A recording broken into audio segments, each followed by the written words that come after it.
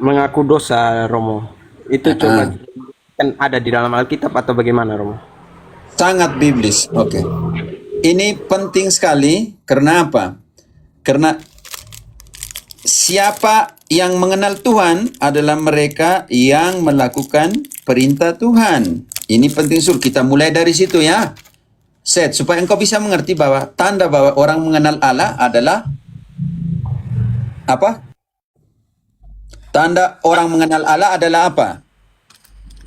Ada melakukan semua perintahnya. 1 Yohanes 2 ayat 3 dan 4. Yang kita baca di situ tanda bahwa orang mengenal Allah itu di situ. Friska, engkau ke Yohanes, sekarang perintahnya diberikan kepada siapa? Ratu di kisah 1 ayat 2. Sekarang kita ke Yohanes, kita masuk apakah pengampunan dosa, sakramen pengampunan dosa itu perintah Yesus atau tidak? Oke, kita lihat dari situ dulu. 1 Yohanes. Ya, 1 Yohanes. Kalian mau seperti ini atau lihat saya punya muka lebih bagus? Tulis juga bagus. Ya, tulis supaya Tergantung Jadi ada teman-teman. gambarnya. Oke, baik. Su.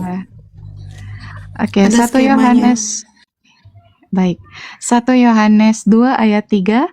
Dan inilah tandanya bahwa kita mengenal Allah, yaitu jikalau kita menuruti perintah-perintahnya. Barang siapa berkata, "Aku mengenal Dia," tetapi ia tidak menuruti perintahnya, ia adalah seorang pendusta, dan di dalamnya tidak ada kebenaran. Oke. Set. Tanda bahwa orang mengenal Yesus adalah melakukan menuruti Romo. Oke, perintah ini diberikan kepada siapa? Kisah 1 ayat 2. Sampai pada hari ia terangkat. Sebelum itu, ia telah memberi perintahnya oleh Roh Kudus kepada rasul-rasul yang dipilihnya. Oke. Penting sekali, semua perintah set diberikan kepada siapa? Rasul-rasul yang dipilihnya. Oke, dan kepada Rasul, Friska, Matius 28 ayat 20, dia suruh apa? Ajarkan semua yang saya perintahkan atau tidak? Matius 28 ayat 20. Dan ajarlah mereka melakukan segala sesuatu yang telah kuperintahkan kepadamu. Dan ketahuilah, aku menyertai kamu senantiasa sampai kepada akhir zaman. Perintah dari Yesus, ajarkan semua perintahnya. Oke? Set. Perintah dari Yesus, ajarkan semua yang Perintah oleh Yesus. Oke, sekarang engkau tadi pengakuan dosa, apakah itu perintah atau tidak? Pengampunan dosa, perintah atau tidak? Kita lihat. Yohanes 20, 21 sampai dengan 23, konsentrasi di ayat 23.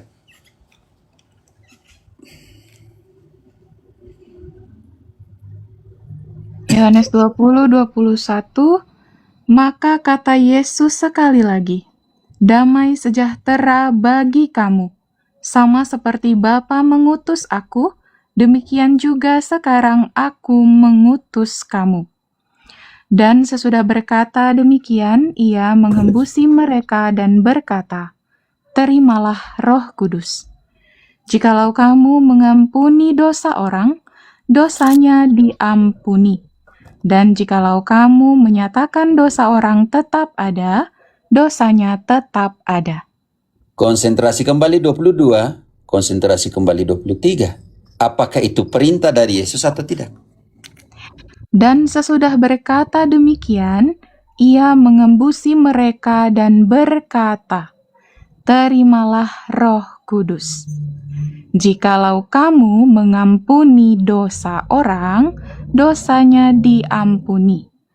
Dan jikalau kamu menyatakan dosa orang tetap ada, dosanya tetap ada." Ratu, siapkan 2 Korintus 5 ayat 18 sampai dengan 21. Pertanyaan saya untuk C.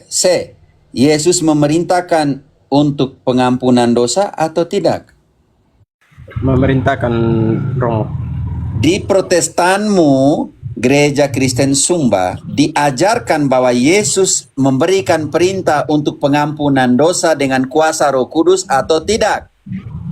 Mengajarkan Romo. Diajarkan di Protestan bahwa Yesus menyerahkan otoritas pengampunan dosa kepada para rasul? Ataukah diajarkan begini, kalau kau berdosa, kau mengaku langsung kepada Tuhan Allah? Ya, seperti itu Romo. Berarti mana yang kau ikut ini? Yesus yang berikan otoritas kepada para rasul atau pendeta yang bilang mengaku langsung kepada Tuhan? Engkau mau ikut yang mana nih? Tapi kalau misalnya mengaku langsung ke Tuhan juga bisa Romo atau gimana? Di mana ayatnya? Tidak ada satu ayat pun yang mengatakan itu. Kita sandingkan sebelum ke 2 Korintus, kita sandingkan ke Yakobus 5 ayat 16. Saling mengaku dosa atau tidak? Nanti sebentar kita lihat bagaimana praktik dalam perjanjian lama. Kalau orang Yahudi berdosa, dia mengaku kepada siapa? Yakobus 5 ayat 16. Karena itu hendaklah kamu saling mengaku dosamu dan saling mendoakan, supaya kamu sembuh. Doa orang yang benar, bila dengan yakin didoakan, sangat besar kuasanya. Oke, sekarang pertanyaan saya untuk engkau. Engkau ikut Yakobus Rasul atau kau ikut kau punya pendeta? Yakobus bilang apa di situ? Kalau kamu berdosa, kamu saling mengaku Dosa Romo. Kau ikut siapa? Ikut Rasul Yakobus ini atau ikut kau punya pendeta? Kalau sesuai Alkitab ya lebih percaya Alkitab Romo. Ah, begitu. Oke. Sekarang kita lihat, kalau begitu kami ini adalah apa? Ayo, 2 Korintus, Ratu. 5 ayat 18 sampai dengan 21. Di situ, para rasul ini adalah utusan pendamaian atau tidak? Nanti kita bilang, oh tetapi kan imam itu manusia. Kita nanti lihat, dia walaupun dia manusia, dia tugas untuk apa? Ya. 2 Korintus 5 ayat 18 sampai 21. Dan semuanya ini dari Allah yang dengan perantaraan Kristus telah mendamaikan kita dengan dirinya dan yang telah mempercayakan pelayanan pendamaian itu kepada kami.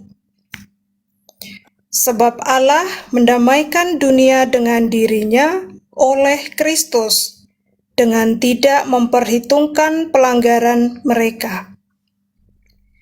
Ia telah mempercayakan berita pendamaian itu kepada kami. Jadi kami ini adalah utusan-utusan Kristus, seakan-akan Allah menasihati kamu dengan perantaraan kami. Dalam nama Kristus, kami meminta kepadamu, berilah dirimu didamaikan dengan Allah. Dia yang tidak mengenal dosa Cukup, Nona. telah... Cukup. Oke. Set. Kami adalah pelayan.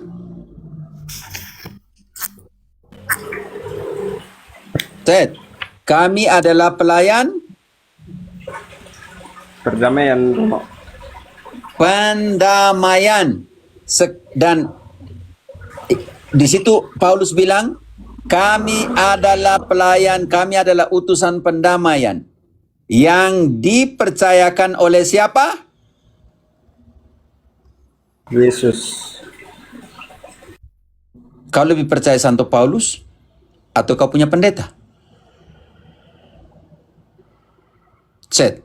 Kau lebih percaya Paulus bilang dia adalah pelayan pendamaian, dia bilang kami adalah pelayan pendamaian, atau kau lebih percaya kau punya pendeta?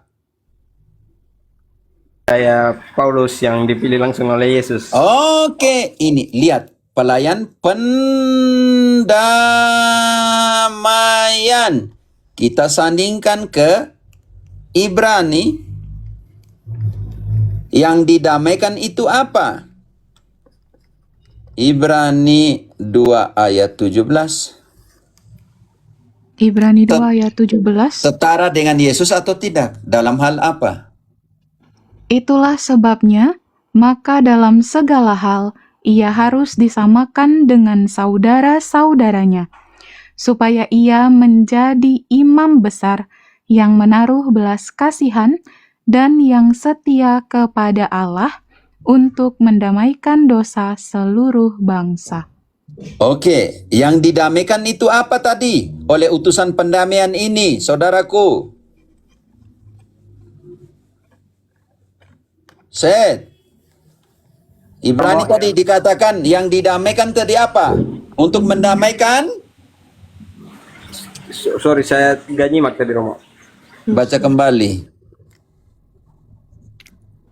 Itulah sebabnya, maka dalam segala hal ia harus disamakan dengan saudara-saudaranya, supaya ia menjadi imam besar yang menaruh belas kasihan dan yang setia kepada Allah untuk mendamaikan dosa seluruh bangsa. Tadi 1 Korintus bilang kami adalah utusan pendamaian. Berdamailah dengan Allah melalui kami, karena kami dipercayakan oleh Yesus. Yang didamaikan itu apa tadi, saudaraku?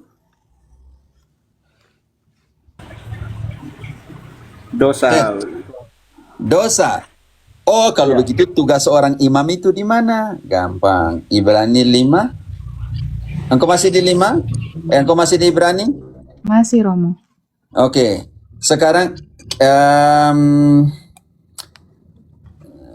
Ratu, engkau siapkan Imamat 5 mulai dari ayat 4. Kita lihat bagaimana praktik orang Yahudi. Sekarang kita lihat dulu Ibrani 5. Ibrani 5 ayat 1 sampai 4. Dia manusia, tetapi tugas imam itu untuk apa? Ibrani 5 ayat 1. Sebab setiap imam besar yang dipilih dari antara manusia ditetapkan bagi manusia dalam hubungan mereka dengan Allah, supaya ia mempersembahkan persembahan dan korban karena dosa. Oke, sekarang tugas imam di situ. Bawa persembahan karena Dosa. Set. Buka dulu mic-mu. Ya Romo. Tugas imam, bawa persembahan karena Dosa Romo. engkau bisa mengerti tugas imam sini, baca kembali. Sebab setiap imam besar yang dipilih dari antara manusia ditetapkan bagi manusia dalam hubungan mereka dengan Allah, supaya ia mempersembahkan persembahan dan korban karena dosa. Tahan dulu. Engkau bisa mengerti sampai di situ dulu, Set, bahwa tugas seorang imam adalah membawakan persembahan karena Dosa Romo. dosa. Oke. Sekarang yang selalu diajarkan oleh pendetamu, buat apa mengaku dosa di Manusia. manusia? Benar kan begitu kan? Dan itu yang Ya, ada di ya. kepalamu. Ya, benar. Karena imam juga berdosa. Iya, benar sekali. Imam itu berdosa. Siapa bilang tidak berdosa? Tetapi ayat selanjutnya engkau akan kaget di sini. Dia yang berdosa, dia harus buat apa? Ia harus dapat mengerti orang-orang yang jahil dan orang-orang yang sesat, karena ia sendiri penuh dengan kelemahan, yang mengharuskannya untuk mempersembahkan korban karena dosa, bukan saja bagi umat, tetapi juga bagi dirinya sendiri. Sekarang kau sudah mengerti. Set. Yang mengharuskan dia mempersembahkan bukan saja dosa umat, tetapi juga dosanya sendiri. Tetapi kan mereka manusia, iya penuh kelemahan. Ayat selanjutnya akan menjelaskan engkau. Bukan karena imam yang manusia itu mau, tetapi siapa yang pilih dia. Dan tidak seorang pun yang mengambil kehormatan itu bagi dirinya sendiri, tetapi dipanggil untuk itu oleh Allah, seperti yang telah terjadi dengan Harun. Dipanggil oleh siapa untuk mendamaikan dosa manusia, saudaraku? Allah, Romo. Jadi bukan karena pikiran pendeta bilang mereka juga manusia. Kita ambil contoh. Kisah 19 ayat 18. Di situ mereka berdosa dan mereka pergi mengaku kepada siapa? Bahkan di depan umum loh. Kisah 19 ayat 18. Sekarang kita ambil contoh perjanjian baru. Oke. Kisah Ratu, engkau konsentrasi di imamat nanti. Oke. Kisah 19 ayat 18. Di situ nanti mereka mengaku kepada siapa? Banyak di antara mereka yang telah menjadi percaya datang dan mengaku di muka umum bahwa mereka pernah turut melakukan perbuatan-perbuatan seperti itu. Oke, di situ sangat jelas. Mereka yang sudah percaya mengaku Dosa. berarti Protestan belum percaya karena belum mengaku Dosa, Romo. berarti Protestan belum kenal Yesus. Kita ambil contoh. Sudah sangat biasa di dalam tradisi biblis pergi mengaku dosa kepada manusia, tetapi yang mengampuni adalah Allah. Oke, ini penting sekali ketika orang Yahudi pergi mengaku dosa kepada Santo Yohanes Pembaptis. Yohanes itu keturunan Imam Levi. Sekarang nanti kita masuk ke Perjanjian Lama. Kita contoh di sini. Pentakosta selalu menggunakan pembaptisan Yohanes Pembaptis. Tetapi mereka tidak mau melakukan praktik yang dilakukan oleh orang Yahudi sebelum mereka dibaptis. Kita ambil sebuah yang kita namakan uji doktrinal dari Protestan sendiri. Mereka contoh Pentekostas, selam seperti Yesus, kata mereka diselamkan oleh Yohanes. Mereka mengambil contoh metode pembaptisan menurut Santo Yohanes Pembaptis, tetapi mereka menghilangkan sebelum dibaptis orang Yahudi buat apa terhadap Yohanes. Matius 3 ayat 5 dan 6. Matius 3 ayat 5. Maka datanglah kepadanya penduduk dari Yerusalem, dari seluruh Yudea, dan dari seluruh daerah di sekitar Yordan. Lalu sambil mengaku dosanya, mereka dibaptis oleh Yohanes di sungai Yordan. Set, engkau dibaptis besar? Set. Komen gak usah dibaca, santai saya. Yang paling penting kalian mengerti. Set. Ya, Romo. Engkau dibaptis besar atau kecil? Pas masih bayi, Romo. Oke. Kalau di situ, ini saya tutup ini saja. Oke, supaya nanti kalian bisa lihat layar atasnya cukup. Kalau begitu di situ set, kalau Pentekostas karismatik, contoh mengikuti pembaptisan Yohanes, maka mereka harus pertama mengaku Mengaku dosa, Romo. Berarti pengakuan dosa kepada manusia melalui manusia, kepada Allah tapi melalui manusia, sudah menjadi Tradisi, Romo. tradisi. Orang Yahudi buat begitu. Kita mau lihat. Oke. Sekarang masuk ke Ratu. Imamat 5 mulai ayat 4. Kalau orang Yahudi berdosa dalam perkara yang kecil, karena dia ini tukang gosip, dengan teledor dengan bibirnya, dia pergi apa? Imamat 5 ayat 4. Atau apabila seseorang bersumpah teledor dengan bibirnya, hendak berbuat yang buruk atau yang baik, sumpah apapun juga yang diucapkan orang dengan teledor, tanpa menyadari hal itu, tetapi kemudian ia mengetahuinya, maka ia bersalah dalam salah satu perkara itu. Oke, sekarang penting sekali. Kalau dia berdosa, dia bersalah sini, dia pergi kemana? Lanjut. Dan dia bawa apa? Dan dia buat apa? Jadi, apabila ia bersalah dalam salah satu perkara itu, haruslah ia mengakui dosa yang telah diperbuatnya itu. Oke, tahan dulu di situ. Tahan dulu di situ. Set, dia buat apa? Sorry Romo. Dia buat apa kalau dia berdosa? Perkara dengan tukang gosip, dengan bibirnya. Dia buat apa? Saya kurang nyimak tadi Romo, sorry. Waduh, tolong dong. Saya capek juga kalau ulang terus nih. Baca dulu. Jadi, apabila ia bersalah dalam salah satu perkara itu, haruslah ia mengakui dosa yang telah diperbuatnya itu. Oke, sama tanya dulu. Tony Johan, kek orang Yahudi kau Romo. Saya sudah jelaskan perjanjian baru tadi. Kalau engkau tidak baru masuk, kau jangan menghakimi bahwa saya orang Yahudi dan lain sebagainya. Ke purgatorium saya si Tony Johan ini. Datang hanya untuk purgatorium saja. Dia copy paste terus. Oke, sekarang lihat, sampai Luther juga masih mempraktikkan pengakuan dosa karena dia imam. Setelah Luther itu yang tidak, karena yang lain tidak bisa tidak imam lagi. Oke, sekarang ketika dia melakukan kesalahan dosa kecil itu dia buat apa? Dosa Romo.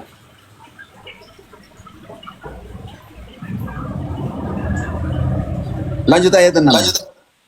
Dan haruslah ia mempersembahkan kepada Tuhan sebagai tebusan salah karena dosa itu seekor betina dari domba atau kambing menjadi korban penghapus dosa.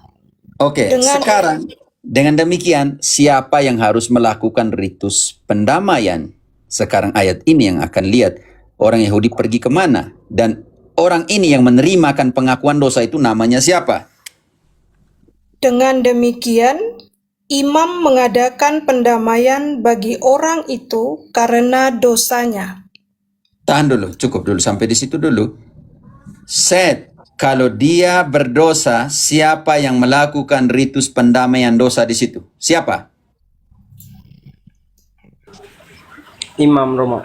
Imam. Langsung ke ayat 13, kesimpulan. Dengan demikian, imam mengadakan pendamaian bagi orang itu karena dosanya dalam salah satu perkara itu, sehingga ia menerima pengampunan. Supaya dia menerima pengampunan dosa. Dan imam ini dalam konteks Yahudi adalah utusan Pendamaian.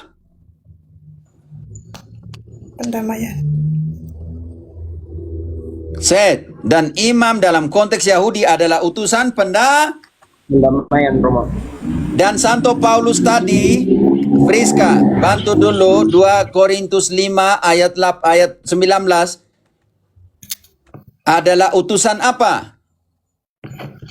2 Korintus 5 ayat 19, sebab Allah mendamaikan dunia dengan dirinya oleh Kristus, dengan tidak memperhitungkan pelanggaran mereka. Ia telah mempercayakan berita pendamaian itu kepada kami. Set. Artinya di dalam perjanjian baru ada imam atau tidak? Utusan pendamaian atau tidak? Ada Romo.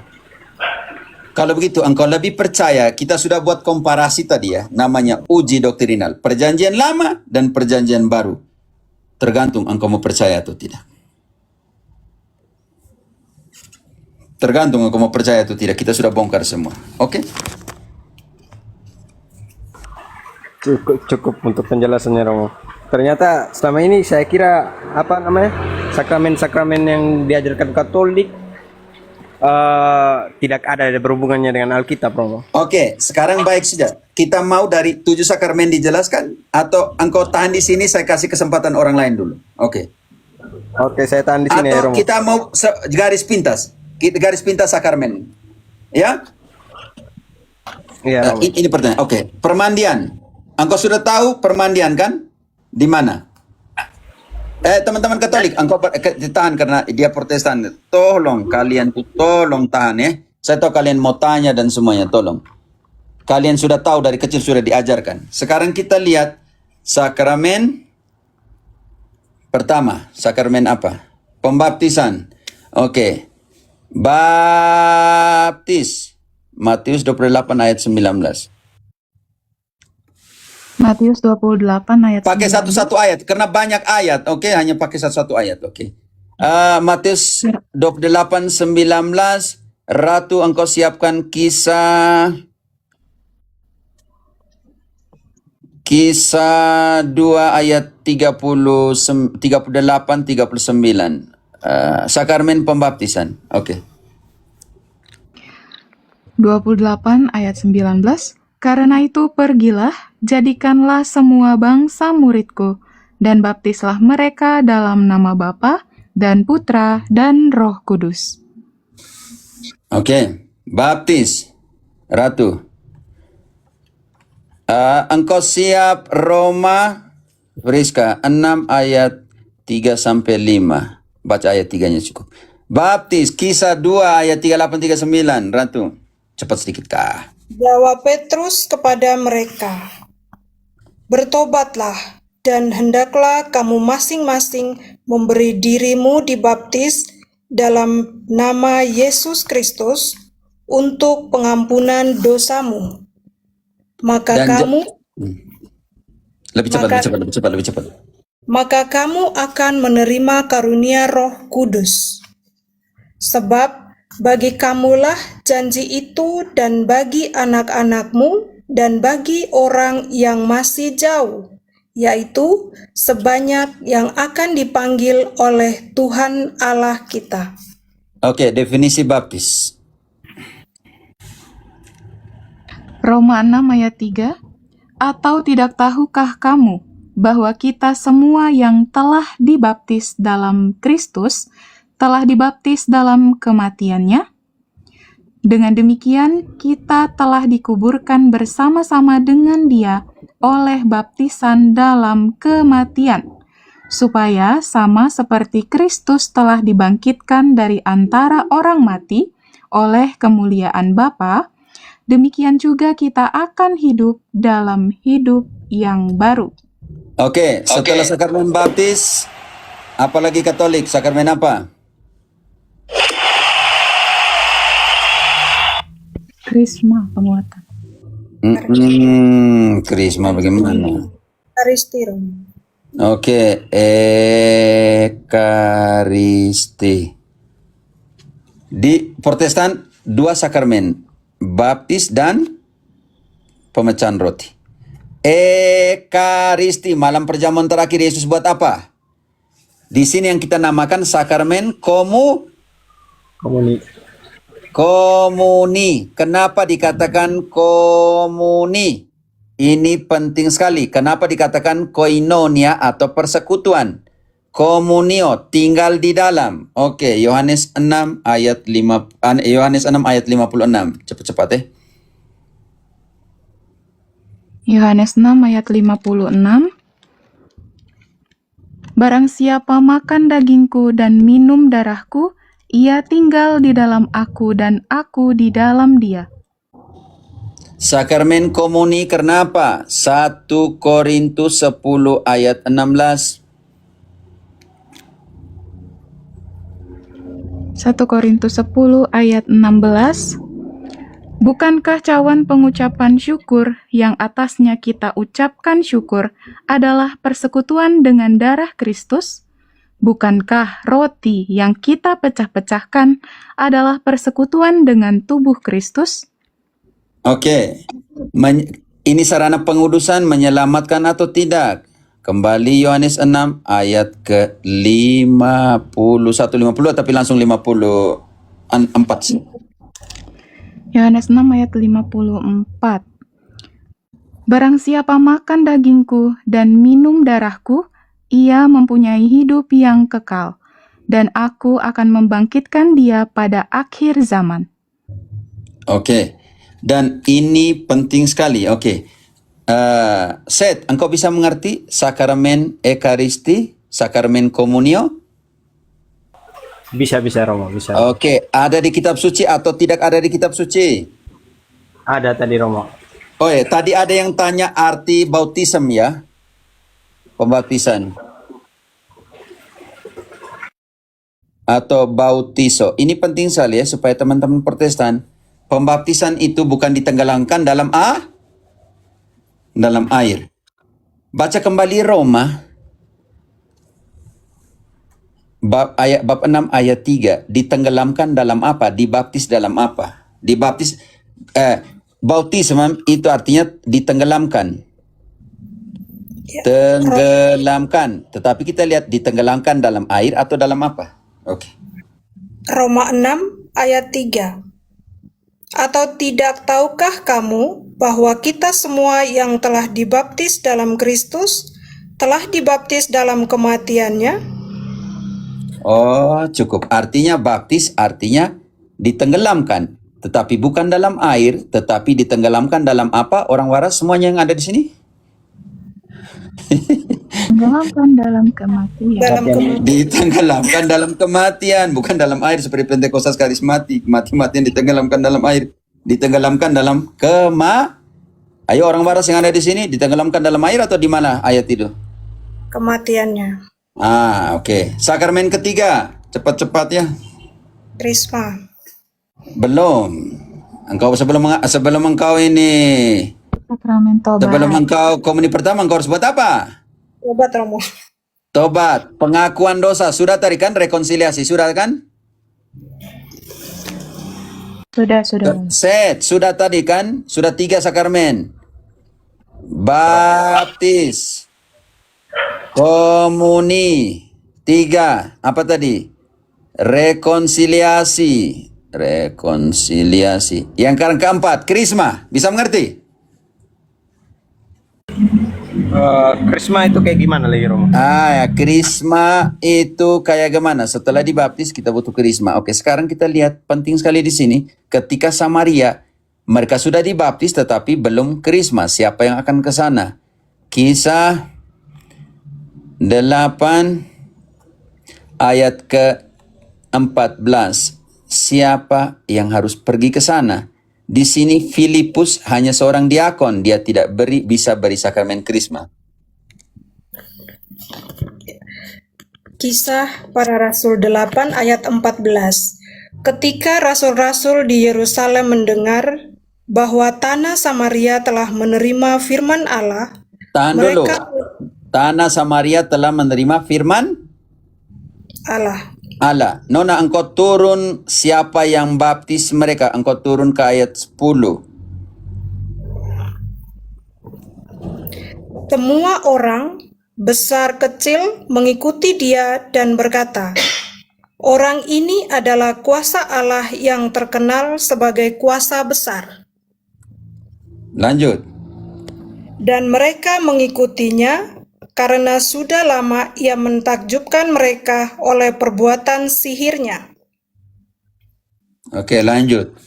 Tetapi sekarang mereka percaya kepada Filipus yang memberitakan Injil tentang kerajaan Allah dan tentang nama Yesus Kristus, dan mereka memberi diri mereka dibaptis, baik laki-laki maupun perempuan. Orang Samaria telah dibaptis oleh diakon Filipus. Tetapi sekarang kita konsentrasi di ayat 14. Walaupun mereka sudah dibaptis, tetapi mereka belum terima sakramen krisma. Makanya siapa yang harus ke sana? Uskup harus ke sana. Baca kembali ayat 14. Ketika rasul-rasul di Yerusalem mendengar bahwa tanah Samaria telah menerima firman Allah, mereka mengutus Petrus dan Yohanes ke situ. Untuk apa? Lanjut. Sekarang apa kata Petrus? Setibanya di situ, kedua rasul itu berdoa supaya orang-orang Samaria itu beroleh Roh Kudus. Krisma set artinya mengkukuhkan engkau dalam Roh Kudus. Oke, apa yang dibuat oleh Petrus dan Yohanes? Lanjut. Sebab Roh Kudus belum turun di atas seorang pun di antara mereka, karena mereka hanya dibaptis dalam nama Tuhan Yesus.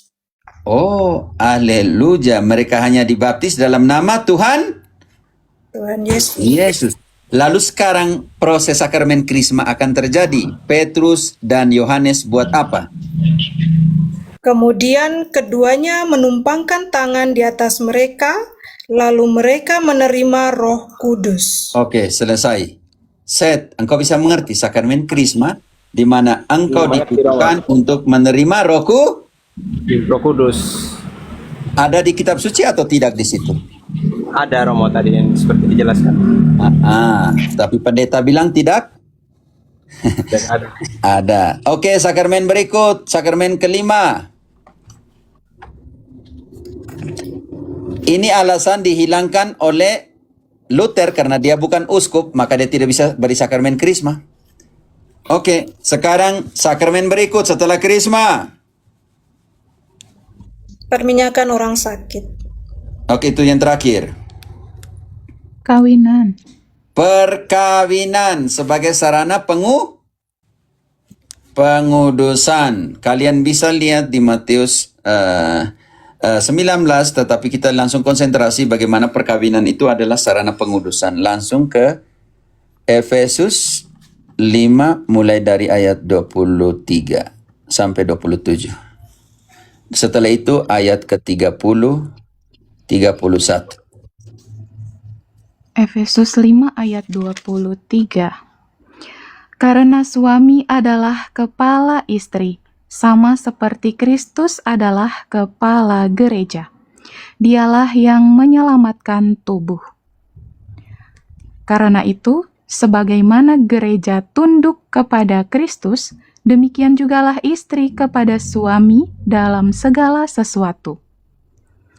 Hai suami, kasihilah istrimu sebagaimana Kristus telah mengasihi gereja dan telah menyerahkan dirinya baginya untuk menguduskannya, sesudah ia menyucikannya dengan memandikannya dengan air dan firman. Supaya dengan demikian, ia menempatkan gereja di hadapan dirinya dengan cemerlang tanpa cacat atau kerut, atau yang serupa itu. Tetapi supaya gereja kudus dan tidak bercela. Ayat 30. Set, sakramen perkawinan adalah sarana pengudusan antara suami dan Istri Romo. istri. Oke, sekarang ayat 30. Karena kita adalah anggota tubuhnya. Sebab itu, laki-laki akan meninggalkan ayahnya dan ibunya dan bersatu dengan istrinya, sehingga keduanya itu menjadi satu daging. Sudah mengerti, Set? Perkawinan adalah sarana pengudusan antara laki-laki dan perempuan. Saya tidak bisa masuk banyak ke sini karena panjang sebenarnya, hanya supaya kita buat kesimpulan bahwa sakramen, 7 sakramen itu ada di dalam kitab suci. Kitab suci Romo. Yesus Bentar, kalau sudah itu omong Romo, nanti yang kau bisa baca di Matius 19, tapi kita langsung sakramen berikut. sedikit pertanyaan dulu Romo. Sedikit Yuk, nanti pertanyaan. jadi panjang. Oke, tentang perkawinan atau tentang apa? Iya, tentang perkawinan Romo. Oke. Jadi kalau setiap sakramen itu harus dipenuhi Romo atau gimana Romo? Iya, semua orang akan menerima 6 sakramen. Maksudnya orang yang tidak punya jodoh Romo gimana Romo? Oh, yang tidak punya jodoh gampang sekali. Matius engkau nih 19 Matius 19 ya. Coba ayat 12 ya. Matius 19 ayat 12. Ada orang yang tidak dapat kawin karena ia memang lahir demikian dari rahim ibunya. Dan ada orang yang dijadikan demikian oleh orang lain. Dan ada orang yang membuat dirinya demikian karena kemauannya sendiri oleh karena kerajaan sorga. Sudah bisa Siapa mengerti yang dapat- saudaraku? Sekarang pernyataan Yesus, Siapa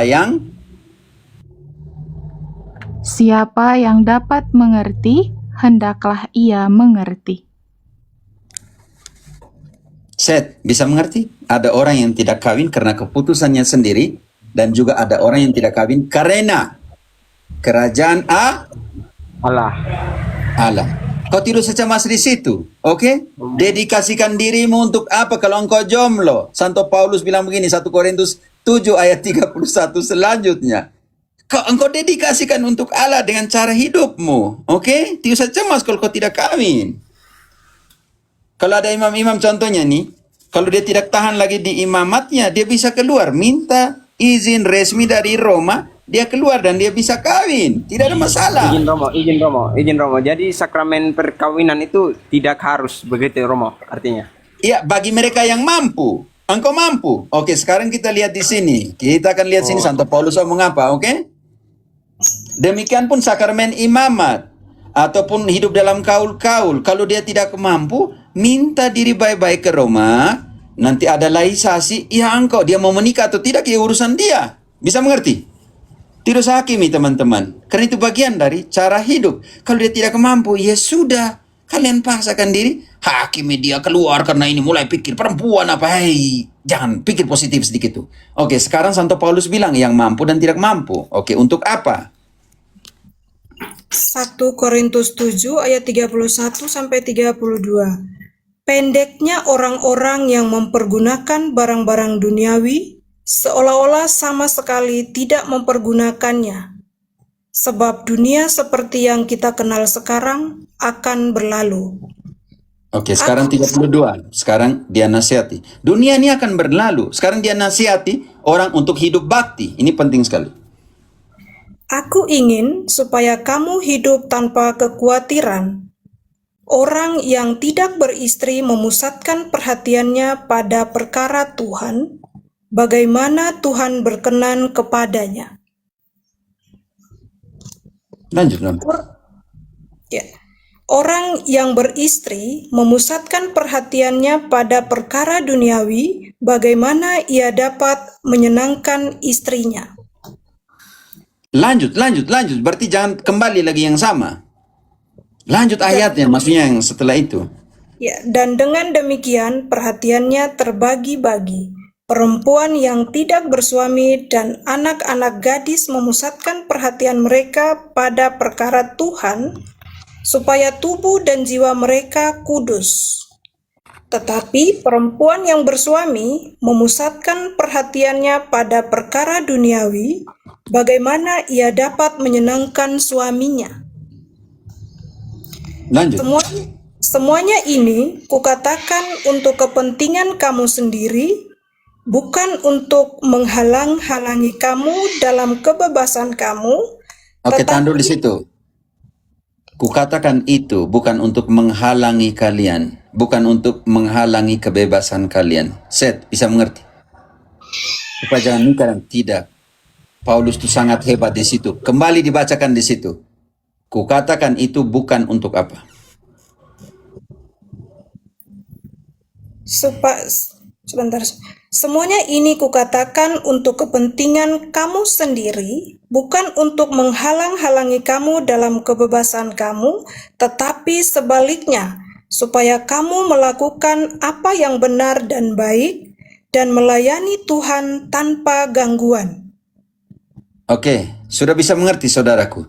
Jadi di sini kan sebagai pengantar kita masuk ke dalam sakramen perkawinan. Sakramen bukan perkawinan, sakramen imamat, sakramen yang ke-6. Oke. Yang tentang kawinan tidak kawin, jomblo, engkau sudah bisa mengerti? Jomblo untuk Tuhan, Oh iya, Romo. Ya, Paulus Saya bilang kira begitu.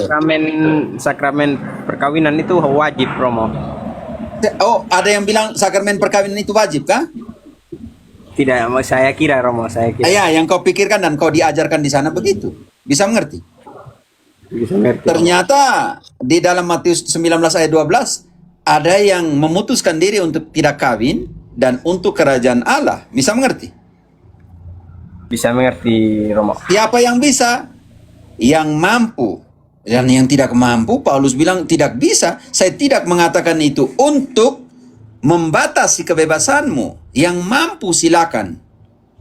Kalau besok lusa ada suster yang keluar, ada imam yang menarik diri, ya kita jangan hakimi karena dia ini tidak mampu, ya dia memilih jalan lain. Kita hargai itu, bisa mengerti? Set. Tapi banyak Katolik yang tukang gosip, yang tukang hakim macam mereka Tuhan Allah.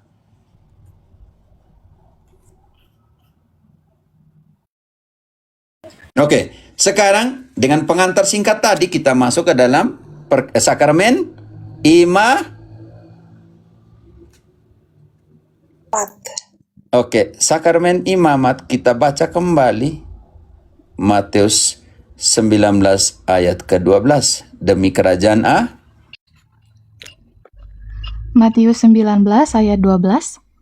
Ada orang yang tidak dapat kawin karena ia memang lahir demikian dari rahim ibunya. Dan ada orang yang dijadikan demikian oleh orang lain, dan ada orang yang membuat dirinya demikian karena kemauannya sendiri oleh karena kerajaan sorga. Set, garis bawahi, cukup Set. Garis bawahi, mereka ini melakukannya itu demi kerajaan. Set, Kerajaan surga, Romo. demi kerajaan surga, memutuskan diri untuk Iya. tidak kawin demi kerajaan Surga. surga. Oke, sekarang penting sekali demi kerajaan surga, garis bawah itu. Kita masuk selamat datang kepada imamat. Oke. Dan imamat, kekudusan seorang imam tidak bergantung kepada umatnya, tetapi bergantung kepada siapa yang menguduskan dia. Garis bawah itu, Friska. Lari ke imamat 21 ayat 8. Dan tugasnya untuk apa?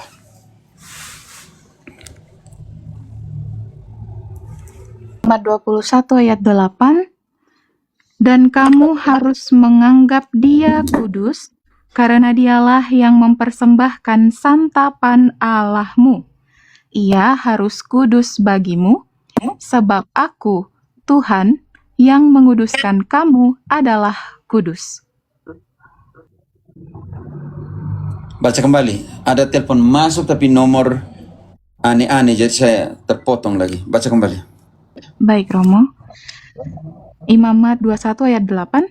Dan kamu harus menganggap dia kudus, karena dialah yang mempersembahkan santapan Allahmu. Ia harus Oke. kudus bagimu. Sebab Dia aku, harus Tuhan, kudus sebab dia yang mempersembahkan santapan roti Allah. Kalau terjemahan aslinya santapan atau roti Allah, dialah yang mempersembahkan. Dia harus kudus karena apa? sebab aku, Tuhan, yang menguduskan kamu adalah kudus.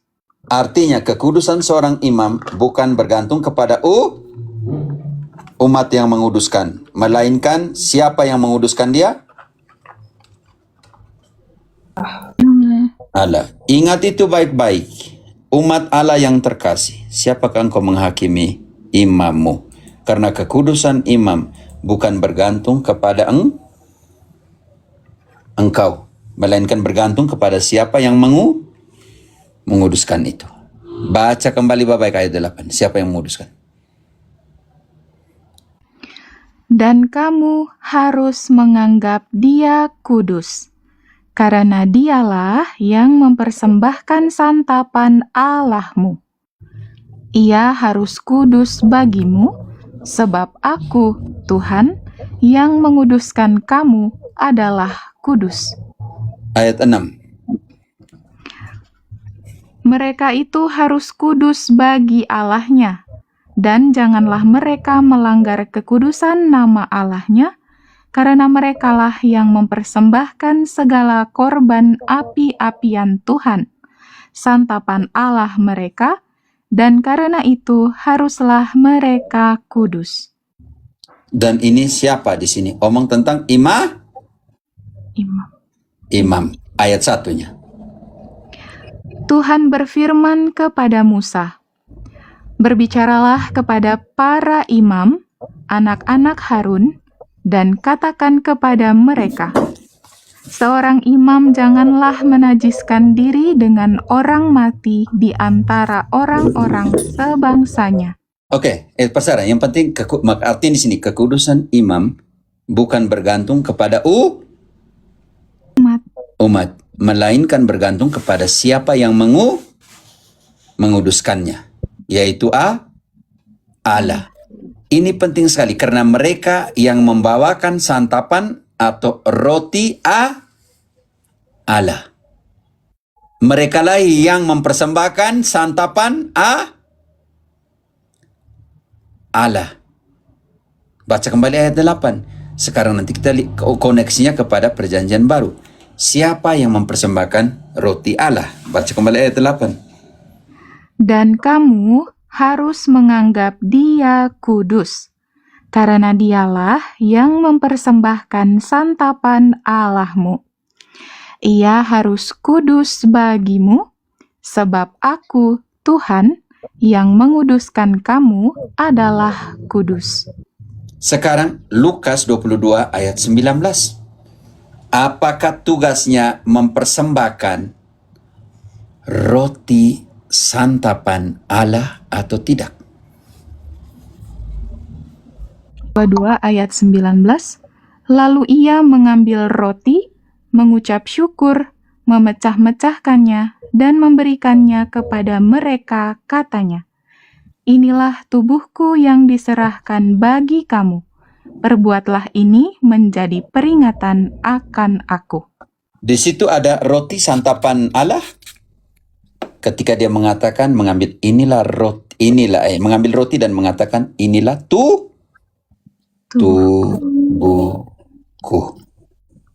Sakramen imamat harus ada imam yang mempersembahkan santapan Allah. Dan santapan Allah di dalam perjanjian lama yang kita namakan ritus Harun, dan dalam perjanjian baru Ibrani 7 ayat ke-11. Ritusnya siapa?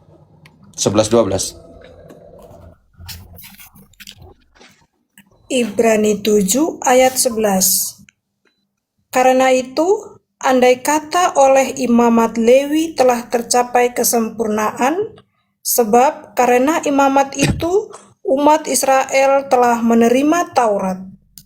Apakah sebabnya masih perlu seorang lain ditetapkan menjadi imam besar menurut peraturan Melkisedek, dan yang tentang dia tidak dikatakan menurut peraturan Harun? Sebab, jikalau imamat berubah dengan sendirinya, akan berubah pula hukum Taurat itu. Oke, sampai kapan? Ayat 21 imamat Melkisedek ini. Sampai Luther datang atau sampai kapan? Tetapi ia dengan sumpah diucapkan oleh Dia yang berfirman kepadanya, "Tuhan telah bersumpah dan ia tidak akan menyesal. Engkau adalah imam untuk selama-lamanya." Apakah situ dikatakan sampai datangnya Luther?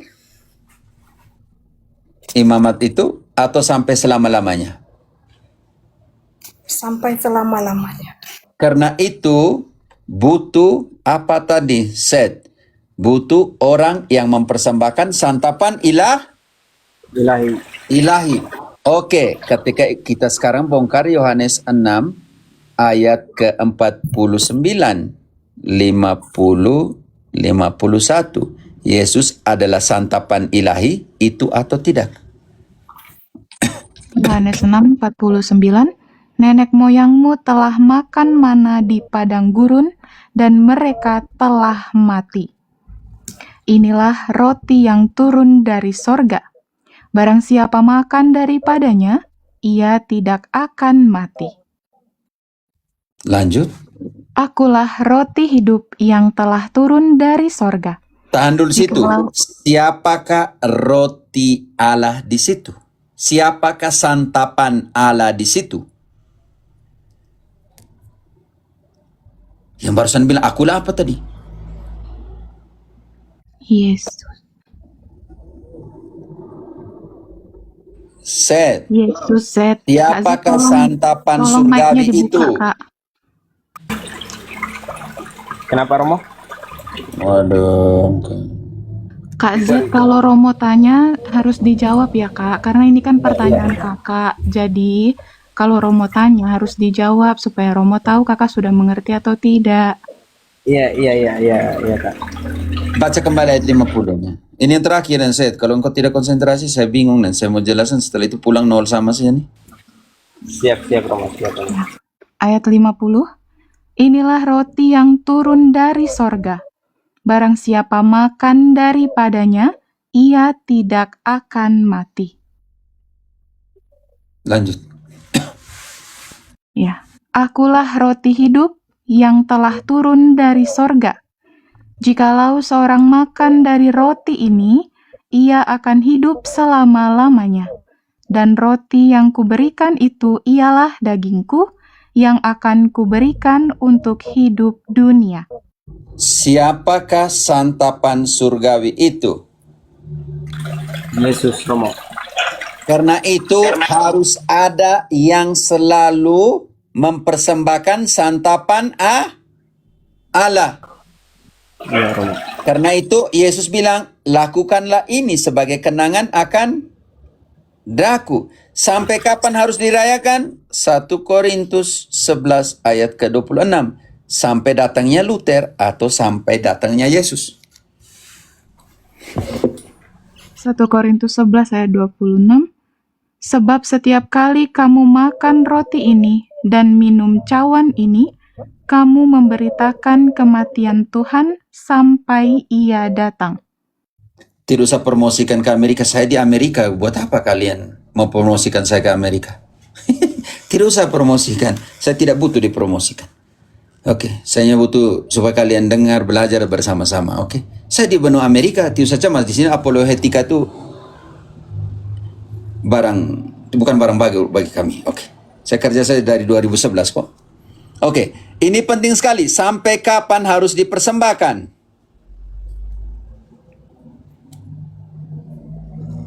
Kak Z.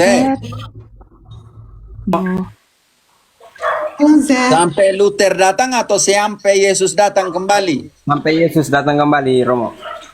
Bagaimana dengan Protestan ini? Kalau di situ harus ada imam yang mempersembahkan santapan ilahi, di bagaimana dengan Protestan ini? Apa yang dipersembahkan di sana? Dan ingat orang Lewi Harun mempersembahkan di atas altar setiap kapan persembahan santapan Allahmu itu. Setiap kapan mereka mempersembahkan itu. Keluaran 29 ayat 36.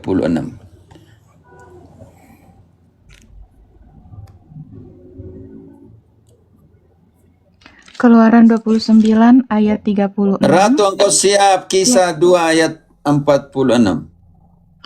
Tiap-tiap hari haruslah engkau mengolah seekor lembu jantan menjadi korban penghapus dosa untuk mengadakan pendamaian. Dan haruslah kau sucikan mezbah itu dengan mengadakan pendamaian baginya. Haruslah engkau mengurapinya untuk menguduskannya. Setiap santapan ilahi itu dipersembahkan setiap Setiap hari. untuk korban penghapusan. Dosa. Oke, sekarang kita lihat di dalam perjanjian baru pemecahan roti itu setiap kapan? Setiap hari sama seperti orang Yahudi, Imam Lewi, Imam Harun. Karena itu di dalam perjanjian baru dibuat berapa kali?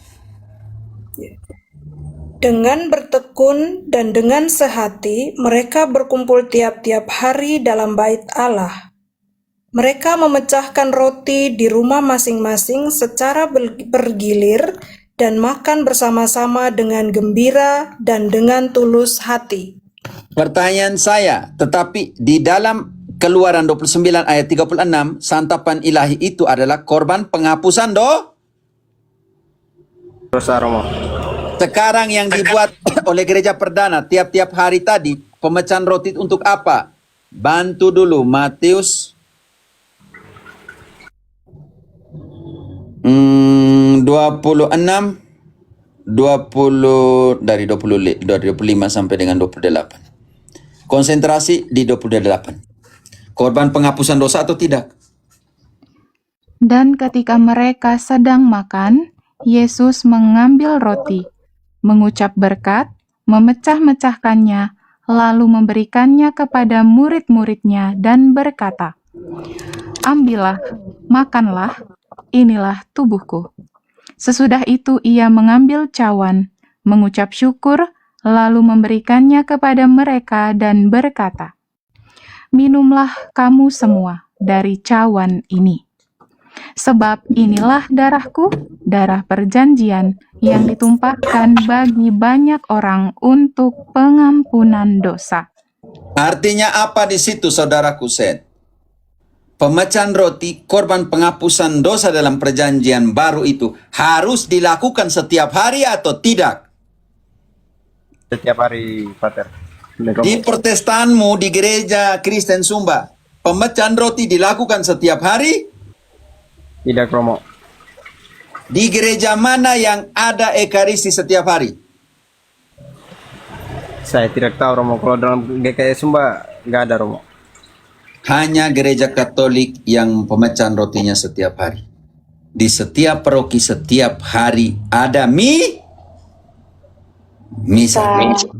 Sekarang pertanyaan saya, kalau begitu gereja benar yang mana? Yang benar yang mana? Yang GKS yang di dalam kitab suci bilang setiap hari pemecahan roti, tetapi di sana dibuat 1 bulan 1 kali, tidak tahu 2 bulan 3 kali, tidak mengerti. Mana yang lebih biblis kalau begitu?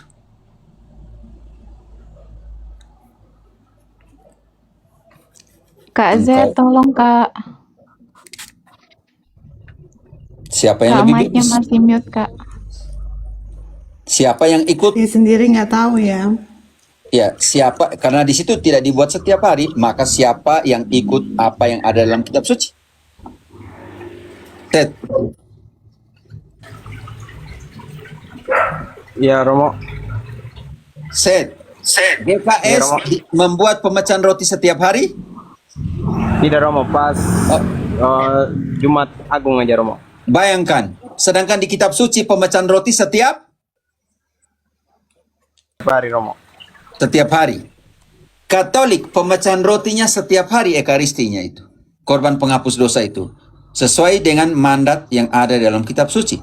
Pertanyaan saya, kalau begitu yang ikut kitab suci ini Katolik atau GKS? GSK. Katolik, Romo. Kenapa engkau ada di sana?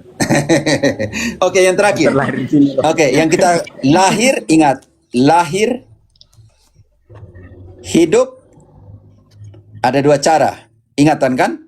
Lahir, baptis. Untuk hidup, butuh apa? Rekonsiliasi. Butuh apa?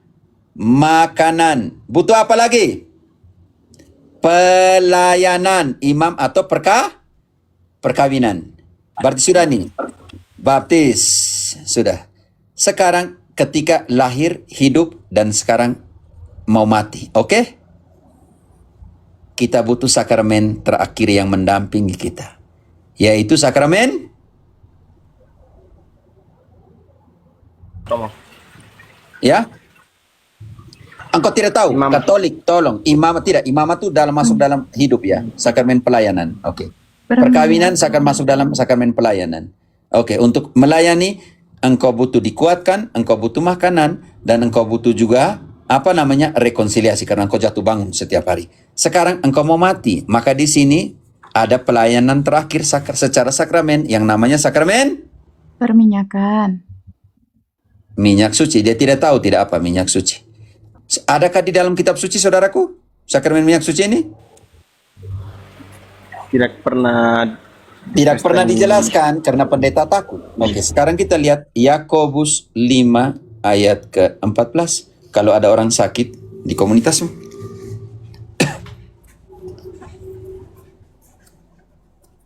Yakobus 5 ayat 14.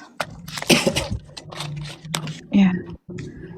Kalau ada seorang di antara kamu yang sakit, baiklah ia memanggil para presbiter gereja, supaya mereka mendoakan dia serta mengolesnya dengan minyak dalam nama Tuhan. Garis bawahi, ada 2 hal yang dibuat dalam sakramen perminyakan, yaitu 1, doa. Yang kedua, urap. Oke, baca kembali. Penting sekali di situ. Kalau ada seorang di antara kamu yang sakit, baiklah ia memanggil para presbiter gereja supaya mereka mendoakan dia serta mengolesnya dengan minyak dalam nama Tuhan. Oke. Sekarang untuk apa? Doa dan oles. Kita pakai kata kitab suci. Sekarang tujuan dari oles dan ini tuh lanjut, Friska. Dan doa yang lahir dari iman akan menyelamatkan orang sakit itu, dan Tuhan akan membangunkan dia. Satu, Dan tugasnya. Doa yang lahir dari hati itu untuk apa? Yang pertama? akan menyelamatkan orang sakit itu. Selamatkan. Yang kedua, apa tadi? Dan Tuhan bangunkan, akan membangunkan dia, ya. bangunkan dia. Yang ketiga penting ini, ketika dia berdosa, Dan jika ia telah berbuat dosa, maka dosanya itu akan diampuni. penting atau tidak penting di sini set sakramen orang takut. Penting atau tidak, Allah selamatkan dia, Tuhan bangunkan dia, dan Tuhan hapuskan dosa. Dibuat dengan apa? Doa dan pengurapan minyak orang sakit. Kalau kita jelaskan tadi tidak sesuai dengan kitab suci, saya masuk Protestan seperti engkau. Tetapi karena semuanya ada di kitab suci, terserah engkau di sini. Engkaulah yang memutuskan. Karena saya kasihan sekali, karena di sana tidak pernah dijelaskan kepada kalian. Bisa mengerti? Semuanya ada dalam kitab suci, 7 sakramen atau tidak tadi, saudaraku? Sakramen, Romo. Oke. Saya